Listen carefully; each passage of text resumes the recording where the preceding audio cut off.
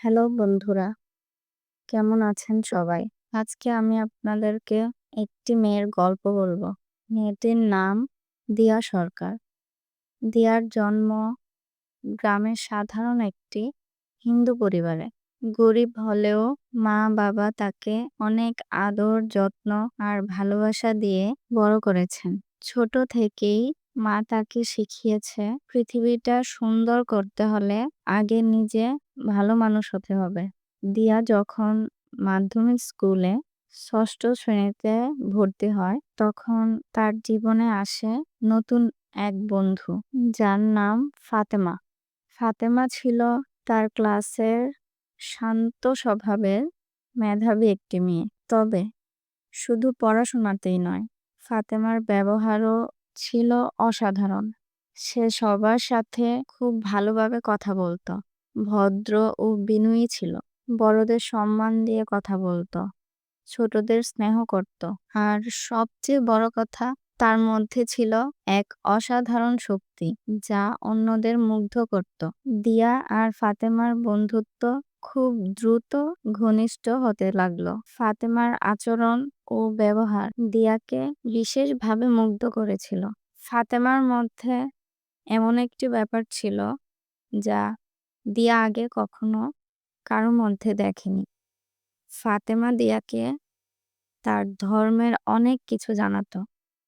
ইসলাম, ৫ ওয়াক্ত নামাজ, হিজাব পরা, সঠিকভাবে জীবনযাপন করা, পরস্পরের প্রতি শ্রদ্ধা এবং ভালোবাসা, আরো কত কি।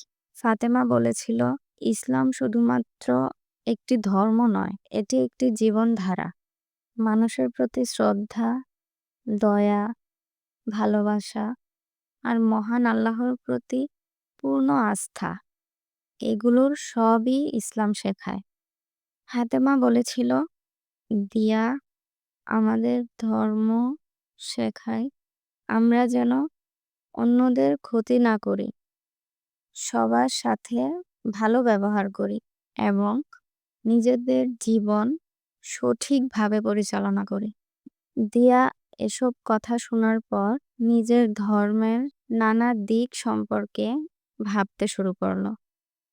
তার মনে প্রশ্ন উঠতে লাগলো, সব ধর্মেরই তো সুন্দর দিক আছে, তবে সব ধর্মেই কি একই সুন্দর মূল্যবোধগুলো শেখানো হয়? দিয়া জানতো তার ধর্মে ভগবান আছে আর পূজা অর্চনা করা হয়, কিন্তু ফাতেমার ধর্মের মধ্যে যে শান্তি, ঐশ্বরিকতা এবং সৌন্দর্য রয়েছে তা সে আগে কখনো বুঝতে পারেনি। ফাতেমা তাকে বলেছিল, আল্লাহ তাআলা আমাদের সবার জীবনে দয়া ও শান্তি চান, আর আমরা যদি তার নির্দেশিত পথে চলি তবে জীবন সত্যি সুন্দর হয়ে উঠবে। দিয়া ভাবছিল, ইসলাম এত সুন্দর, কেন আমি আগে এটা জানিনি? যদি আমি ইসলামের পথে চলি তবে কি সেটাই হবে আমার সঠিক পথ?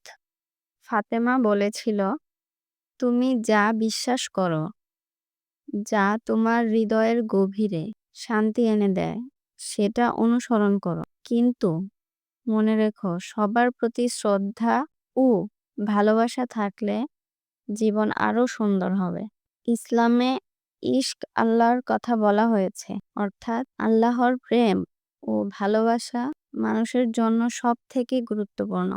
তারপর দিয়া ইসলাম সম্পর্কে জানতে আরো বেশি আগ্রহী হয়ে উঠল এবং ফাতেমা তাকে জানাতে থাকলো ইসলাম কিভাবে মানুষের জীবনকে সুন্দর করে তোলে, কিভাবে ইসলামের নীতিগুলি সমাজের মধ্যে শান্তি, সমতা ও ভালোবাসা প্রতিষ্ঠা করতে সাহায্য করে।